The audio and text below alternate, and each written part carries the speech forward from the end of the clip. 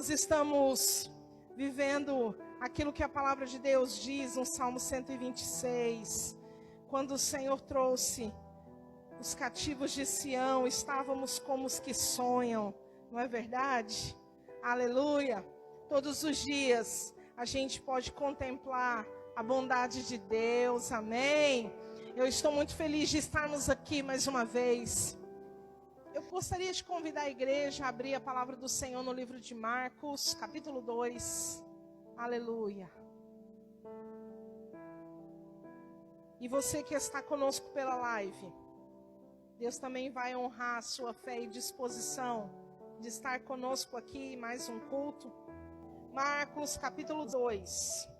A partir do versículo 1, vamos ler comigo a palavra do Senhor, que diz assim: Alguns dias depois, Jesus entrou outra vez em Cafarnaum. E o povo soube que ele estava em casa. Logo se ajuntou tanta gente, que nem ainda nos lugares junto à porta cabiam. E ele lhes anunciava a palavra. Vieram a ele conduzindo um paralítico, trazido por 4 homens, e não podendo aproximar-se dele por causa da multidão, descobriram o telhado onde estava, e fazendo um buraco, abaixaram o leito em que estava o doente. Jesus, vendo a fé deles, disse ao paralítico: Filho, perdoados estão os teus pecados. Estavam ali assentados alguns dos mestres da lei, que raciocinavam no seu íntimo: Por que profere esta blasfêmia? Quem pode perdoar pecados, senão Deus? Jesus, conhecendo logo em seu espírito que assim pensava entre si, lhes disse: Por que pensais sobre estas coisas em vossos corações? Qual é mais fácil dizer ao paralítico: Estão perdoados os teus pecados? Ou dizer-lhe: Levanta-te, toma o teu leito e anda? Ora, para que saibais que o Filho do Homem tem na terra poder para perdoar pecados, disse ao paralítico: A ti te digo, levanta-te, toma o teu leito e vai para a tua casa. Ele se levantou e tomou logo o leito, saiu na presença de todos, de sorte que todos se admiraram e glorificaram a Deus, dizendo: Nunca vimos tal coisa. Quantos podem dizer amém? Aleluia. O título dessa palavra é: Quando o improviso sai melhor do que o projeto. Amém? Glória a Jesus. Nós estamos vivendo em uma geração que é muito comum, é muito normal se falar sobre projeto, não é? Por quê? O que é um projeto? É um planejamento a ser executado e controlado de acordo com datas e metas a serem alcançadas. De acordo com o dicionário, projeto é o desejo, a intenção de realizar algo no futuro. Amém? Quantos que estão aqui nessa noite desejam algo para a sua vida no futuro? Diga amém. Glória a Deus, ainda bem. Isso significa que você está vivo. Porque só pode planejar para o futuro quem está vivo. Amém? Então, glória a Deus. Porque quem deixa de sonhar, quem deixa de planejar, quem deixa de projetar é porque infelizmente já morreu. Então nós estamos aqui e temos a oportunidade de fazermos projetos, planos para a nossa vida no futuro. Mas De acordo com o texto que nós lemos, nós vamos perceber que existirão coisas na nossa vida que não irão depender dos nossos projetos. Amém? A palavra de Deus diz que o homem pode até fazer planos, mas a resposta certa vem dos lábios do Senhor. A Bíblia está dizendo que não é errado você fazer projeto. Ela está dizendo que pode ser feito um projeto. A situação é que eu e você, que cremos em Deus e servimos a um Deus vivo, não podemos ficar presos aos projetos, porque Deus é o Deus do de repente. De repente Ele faz algo novo. De repente Ele muda a história. De repente José estava dormindo num cárcere e no outro dia ele foi chamado à presença do faraó e se torna governador de todo o Egito. Esse é o nosso Deus. É o Deus do de repente. É o Deus que muda as coisas. Uma palavra que sair da boca dele e muda, transforma toda uma realidade. Diga assim comigo, amém. Glória a Deus, porque eu sirvo a um Deus. Fala comigo, fala, eu sirvo a um Deus que é poderoso para transformar qualquer realidade que eu esteja vivendo. Amém? E nós estamos vendo aqui, amados, algo muito interessante. 4 amigos decidem então que eles vão levar o seu amigo, que é paralítico, até a presença de Jesus. Então eles pensam, vamos fazer um plano. O nosso plano é, precisamos levar o nosso amigo, que é paralítico, até a presença de Jesus, que está fazendo muitos milagres, prodígios e maravilhas. E certamente, a hora que o nosso amigo estiver diante de Jesus, ele será curado. Amém? Então existia um projeto, existia um plano. Eles pensaram, o nosso amigo não pode andar, ele é um paralítico.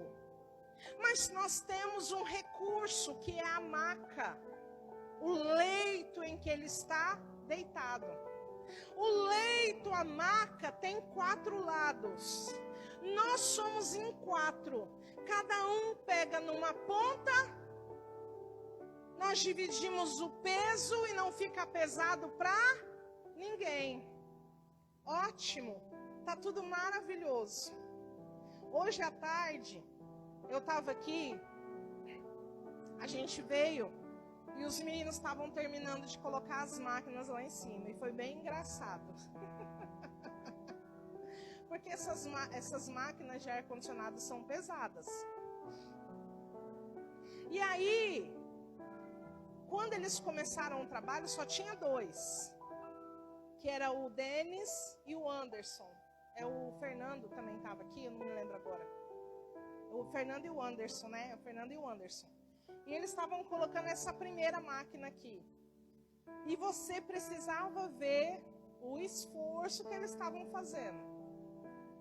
Aí depois chegou o Denis e o pastor Adriano. Aí ajudou a colocar os outros. Mas eu fiquei imaginando. Se uma máquina dessa é tão pesada, já é difícil de subir, imagina carregar um paralítico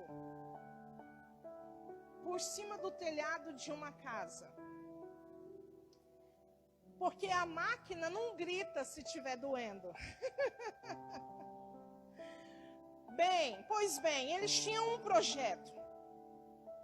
Só que quando eles chegaram na casa, eles se depararam com uma situação que eles não contavam. A casa estava tão abarrotada de gente que o acesso da porta estava obstruído. E aí eu te pergunto,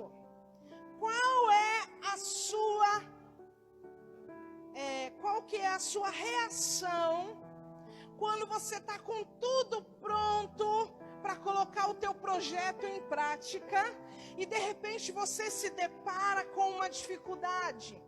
De repente o acesso que você precisava que estivesse diante desta situação. Aqueles 4 amigos certamente devem ter pedido: com licença, deixa a gente entrar. Nós temos aqui um amigo que é paralítico, nós queremos levar até Jesus. Mas o texto não diz. Mas o fato deles terem que ter tido uma outra ideia nos faz pensar que ninguém quis abrir espaço. E sabe, às vezes eu fico pensando sobre isso, porque a casa de Deus, a igreja de Jesus, ela não pode ser um grupo fechado de pessoas, aonde aquele que chega não encontra acesso, aonde aquele que chega não se sente parte, aonde aquele que está chegando não se sente inserido. Então nós vamos declarar em nome de Jesus que a partir de hoje, a partir desse novo tempo, não haverá mais impedimentos para que os novos cheguem, para que aqueles que querem vir até a presença de Jesus encontrem o acesso obstruído. Pelo contrário, será aberto espaço, porque na casa de Deus sempre existe lugar para mais um. Amém?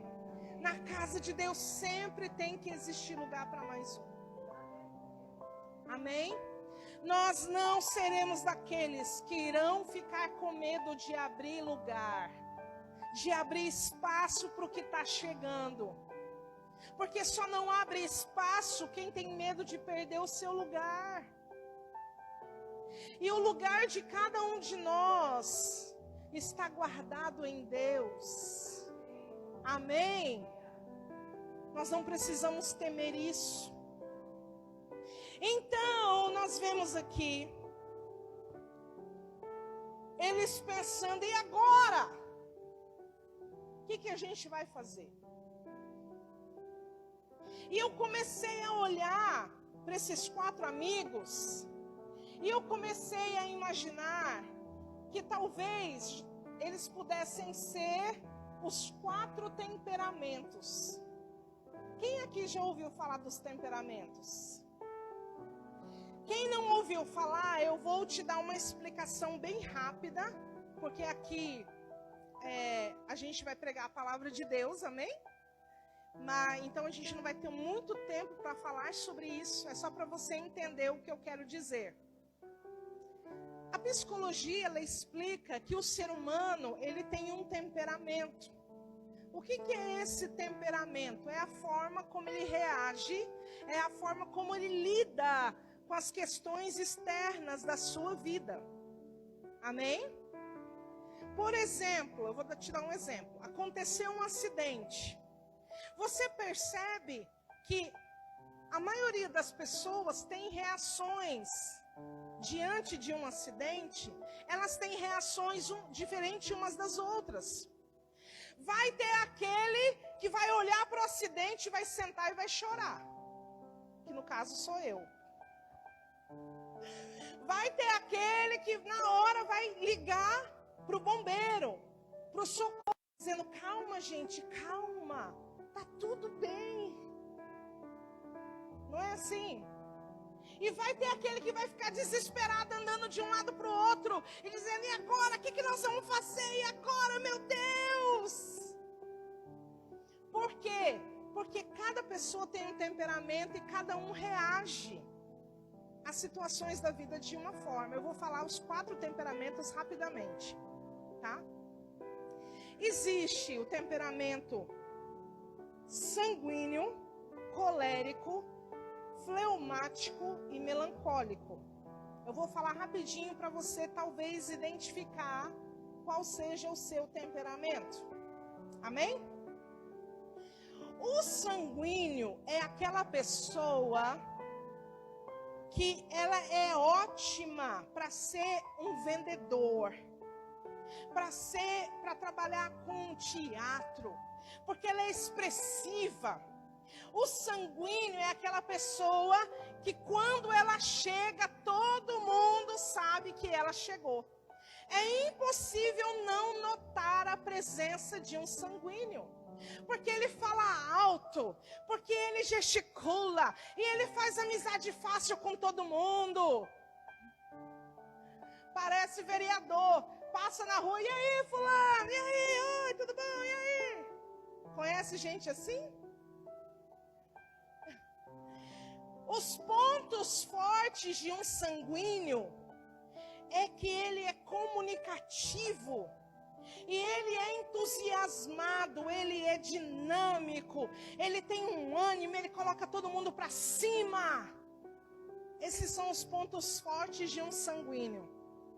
Mas o sanguíneo também tem os pontos fracos, que são: ele é impulsivo. É tipo assim, bate e ele já rebate. E ele não está nem aí com nada por causa disso, tá? O sanguíneo, ele é muito de ter uma iniciativa. Ele começa muito bem, só que ele vai cansando no meio do caminho.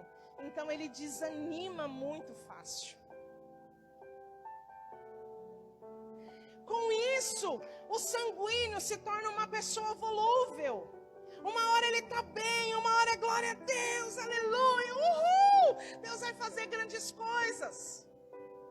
No outro dia, ai, meu Deus, eu não sei o que eu vou fazer da minha vida. Ele é muito inconstante. Então o sanguíneo, ele é uma pessoa que ele se importa muito com as pessoas que estão ao seu redor. Conhece alguém assim? Agora vamos falar um pouquinho do colérico. O colérico, ele é um ótimo líder. Ele é um ótimo, ele produz as coisas, ele constrói, ele levanta, ele coloca a mão na massa e ele só termina de fazer quando realmente acaba. Ele não deixa nada pela metade. O colérico, ele é decidido. Quando ele decide uma coisa, não tem ninguém que tira da cabeça dele isso. Chega a ser teimosia de tão decidido que ele é. E ele é altamente eficiente. Se você pedir alguma coisa para o colérico, você pode ter certeza que ele vai te entregar e no prazo. No prazo que você pediu para ele. Qual que é o ponto negativo do colérico? Ele é totalmente intolerante. Ele não admite erros, falhas. Isso dá irritação nele. Ele fica extremamente irritado com isso. E por causa disso, ele se torna alguém autossuficiente. Ele acha que ele vai dar conta de abraçar o mundo inteiro com as pernas. Então ele quer fazer tudo para todo mundo, porque ele não quer que nada dê errado. Então ele prefere ir lá e ele ir lá fazer, do que ele mandar as pessoas fazerem. Entendeu? Então o colérico é aquela pessoa na equipe que vai fazer, ele vai entregar. Só que não pisa no pé do colérico, porque você vai ter um problema sério com ele. Vamos falar agora do melancólico. O melancólico, eles são ótimos artistas, mestres, filósofos, porque eles gostam de pensar e raciocinar e meditar sobre as coisas da vida. O melancólico, ele é também dedicado. E ele é leal. Se ele tem um amigo, é amigo. Mas um ponto que é forte no melancólico, mas também pode ser um ponto fraco, é que ele é extremamente perfeccionista. Então é um ponto forte, porque o que você pedir para ele, ele vai te entregar com perfeição.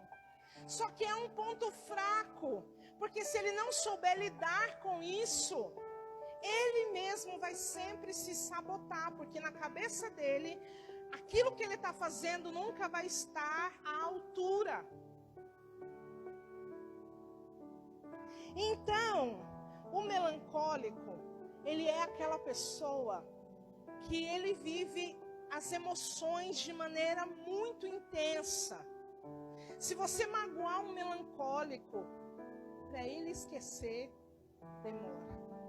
Você pede perdão, ele até te perdoa, mas ele vai lembrar pro resto da vida. Ficou marcado. É diferente do sanguíneo. O sanguíneo, você pede perdão para ele, na hora ele já esqueceu. Ele fala assim, nem lembro mais disso aí. Mas o melancólico não, ele guarda, porque ele é emoção. E o fleumático, que é o último. O fleumático, ele é um ótimo técnico. Ele é um ótimo diplomata. E ele tem um ponto forte, que ele é calmo, ele é tranquilo, mas ele também é prático. Tudo que ele faz é na praticidade. Ele não está muito preocupado se está perfeito. Ele quer entregar. Entendeu? Mas o ponto negativo do fleumático é que ele é calculista. Ele calcula tudo. Você pergunta uma coisa para ele, na hora ele já calcula na mente os prós e os contras daquilo que você está pensando em fazer. E o fleumático, ele é introvertido. O fleumático, tem gente que pensa que ele é mal-humorado. Não, ele é bem-humorado. Só que é um humor dentro dele. Que só ele sabe, que só ele conhece esse humor. Geralmente as piadas do fleumático é aquelas piadas ácidas, sabe? Que só ele entende. Ele e o colérico. Os dois entendem as piadas ácidas, o restante não. Mas, por que eu te contei tudo isso? Imagina agora, eles têm um projeto, vamos voltar lá, em Marcos 2. Eles têm um projeto e eles se deparam com uma situação que aparentemente está fazendo o projeto deles irem por água abaixo. Aí os 4 temperamentos. O colérico vai dizer assim: bom, galera, nós já chegamos até aqui. Nós vamos desistir agora? Não, gente. Vamos pensar em alguma coisa. Tem alguma coisa que pode ser feita. Vamos pensar em alguma coisa. Aí o sanguíneo vai colocar pilha. Ele vai dizer, é isso aí. Vamos fazer algo. Nem que seja algo surpreendente. Vamos fazer alguma coisa para chamar a atenção de Jesus. Para chamar a atenção dessa galera que está aí. Aí o melancólico diz assim, já sei. Vamos chamar o mestre aqui para fora. Aí o fleumático diz para ele, não vai dar certo. Vamos fazer o seguinte. Eu já calculei tudo. Jesus está nesse rumo. A gente sobe no telhado, cava o telhado e desce o nosso amigo bem no rumo aonde está Jesus. O colérico olha para ele e fala, vamos então, é agora. E o sanguíneo faz, uhul, é nós. E o melancólico diz: ai, meu Deus.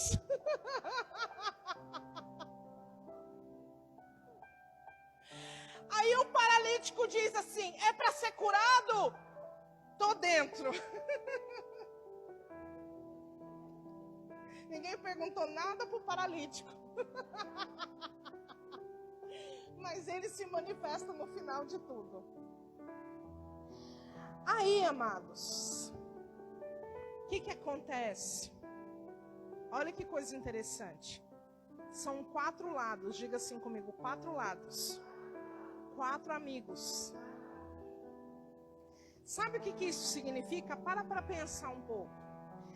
Não dá para subir os 4 na mesma hora. Dá para subir os 4? Hoje eles estavam colocando o ar aqui. O que eles tiveram que fazer? 2 subia e 2 ficavam embaixo para passar para o que está em cima o peso. Sim ou não? Então é 2 embaixo e 2 em cima. Diga assim comigo, é 2 embaixo e 2 em cima. Agora eu te pergunto uma coisa, faz diferença quem está embaixo de quem está em cima? Diga assim comigo, não. Não faz diferença. Agora eu te pergunto, por que para mim e para você tem que fazer diferença? Se for para estar em cima do altar com o microfone, porque ninguém nessa igreja me dá oportunidade para subir no altar.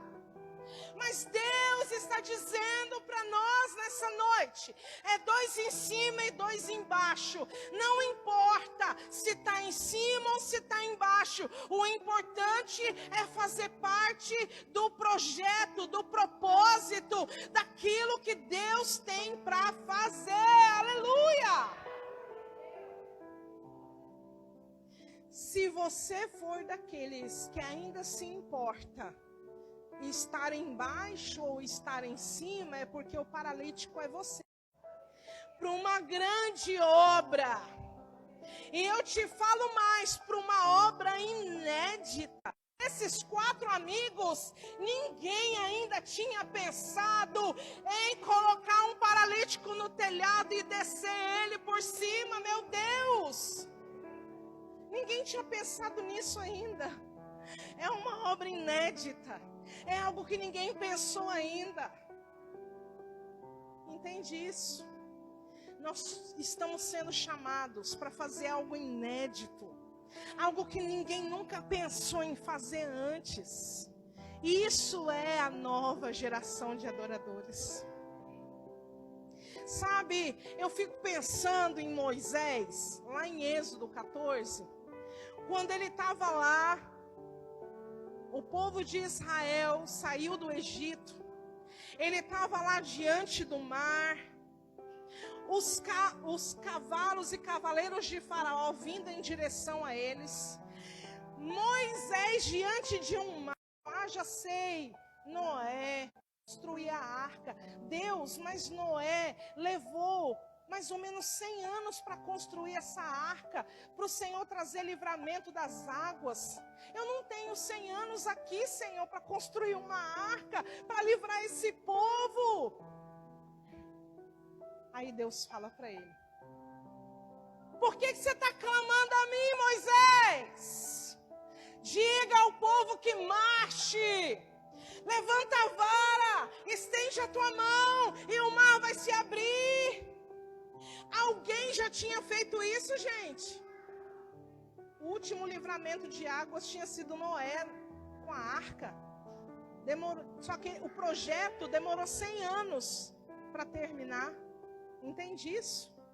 Ele não tinha 100 anos para terminar aquele projeto. Ele teve que fazer algo inédito. Diga assim comigo, fazer algo inédito. Glória a Deus. Deus está nos chamando para fazer algo inédito. E rápido. Entende isso? Algo inédito e rápido. Não é para muitos dias. Não é para demorar muitos anos. Gente, vocês têm noção do que o pastor falou domingo aqui? Em 6 anos, nós vamos abrir 28 igrejas. Vocês entenderam? Vocês se deram conta disso? Coisa de doido. Aí eu te pergunto, não é coisa de doido a gente tá num salão, num domingo, dizendo assim, a gente vai mudar daqui a um ano. Aí no outro domingo a gente já está no outro salão, dizendo, Deus nos trouxe para cá. Não é coisa de doido isso, gente? Quem que faz isso? Diga assim comigo, Deus. O projeto era para daqui a um ano. Deus falou, eu tenho algo melhor. Amém? Teu projeto é bom, pastor José. Deus falou para ele, teu projeto é bom, pastor. Mas deixa eu melhorar esse negócio. Amém? Deus está falando para mim e para você, teu plano é bom, mas deixa eu melhorar esse negócio. Amém? Aleluia. Glória a Deus. E para terminar essa palavra, eu quero que você leia mais uma vez comigo o texto que diz assim, versículo 7. Vamos ler o versículo 6. Estavam ali assentados alguns dos mestres da lei, que raciocinavam em seu íntimo. Por que profere estas blasfêmias? Quem pode perdoar pecados senão Deus? Jesus, conhecendo logo em seu espírito que assim pensava entre si, lhe disse, por que pensais sobre estas coisas em vossos corações? Qual é mais fácil dizer ao paralítico, estão perdoados os teus pecados? Ou dizer-lhe, levanta-te, toma o teu leito e anda? Ora, para que saibais que o Filho do Homem tem na terra poder para perdoar pecados, disse ao paralítico, a ti te digo, levanta-te, toma o teu leito e vai para a tua casa. Amém? Glória a Deus. Presta atenção. A gente, quando lê esse texto, a gente pensa que só Jesus está sendo analisado por aqueles mestres da lei. A gente pensa que só Jesus está sendo colocado numa balança. Mas, se nós olharmos mais profundamente para esse texto, nós vamos perceber que nessa balança está sendo colocado Jesus, porque ele está fazendo algo que parece estar passando do limite. Então, Jesus está sendo colocado na balança, mas aquele paralítico também está, e eu te digo por quê. Porque os judeus, eles têm uma doutrina, e a própria Bíblia também declara em vários textos, que existem doenças que são promovidas por pecado. A gente encontra, por exemplo, o texto lá de João 9, do cego de nascença, quando Jesus estava com os discípulos, e eles perguntam para Jesus, este cego, ele está cego de nascença porque ele pecou ou seus pais pecaram? Sim ou não, não é essa a pergunta?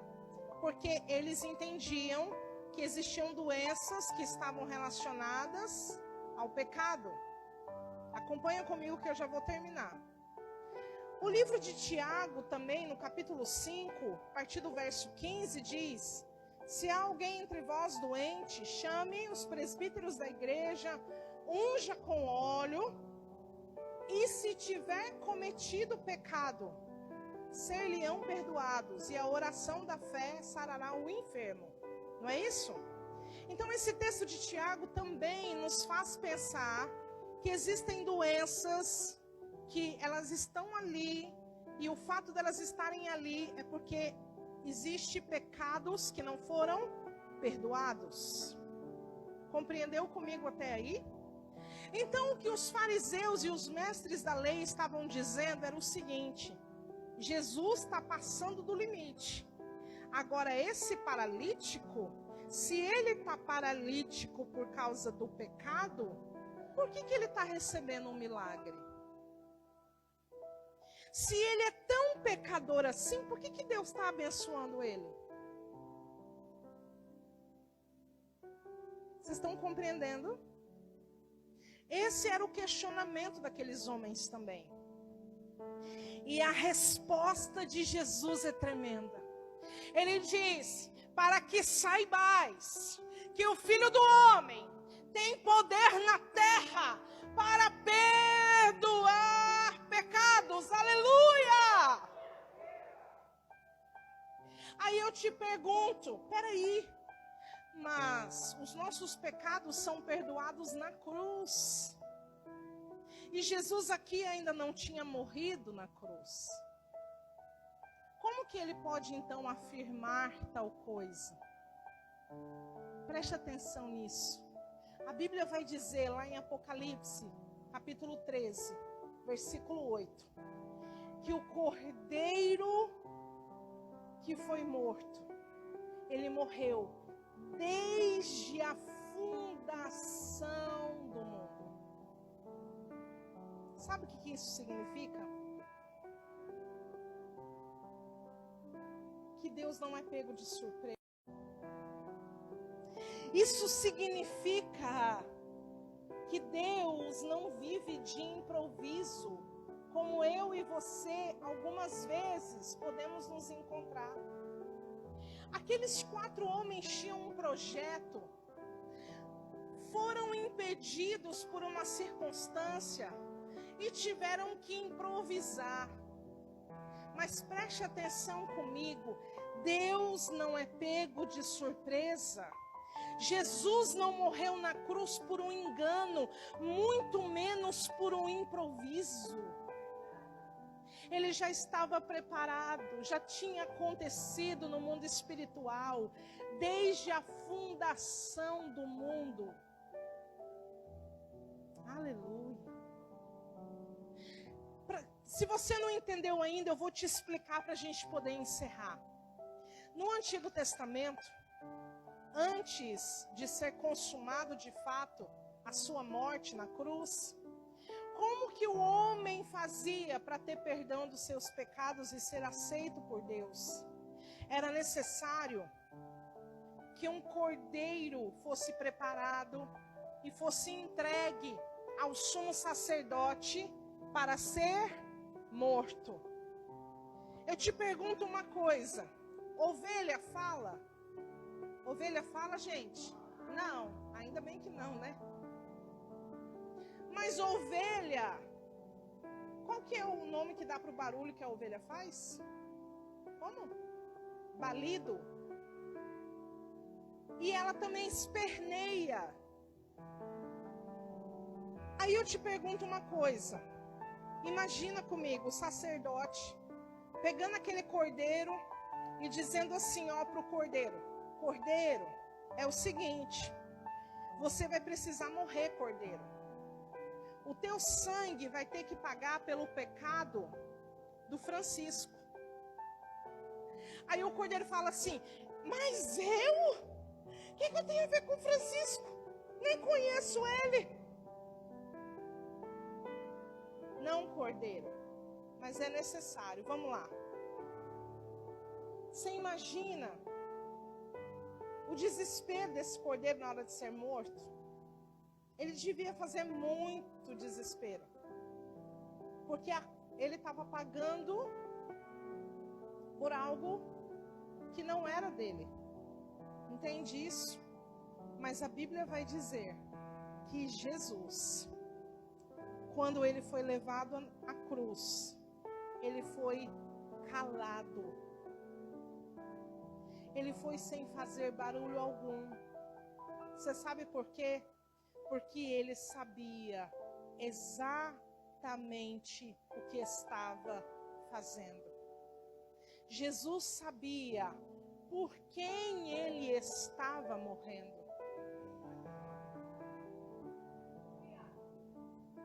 Jesus sabia que Ele queria pagar o preço por mim e por você. Ele sabia disso. Então, amados, ao contrário de nós que somos surpreendidos com os nossos planos e projetos, nós servimos a um Deus que ainda tem debaixo do seu governo todas as coisas. E Ele sabia que era necessário que Jesus fosse preparado para ser o Cordeiro desde a fundação do mundo. Ele morreu sabendo o meu nome, sabendo o seu nome. Ele morreu sabendo que para que hoje nós pudéssemos estar aqui diante dele, era necessário aquela morte na cruz. Ele morreu sabendo disso. Por isso ele não esperneou. Por isso ele não reclamou. Amém. Glória a Deus. Vamos ficar de pé. Aleluia.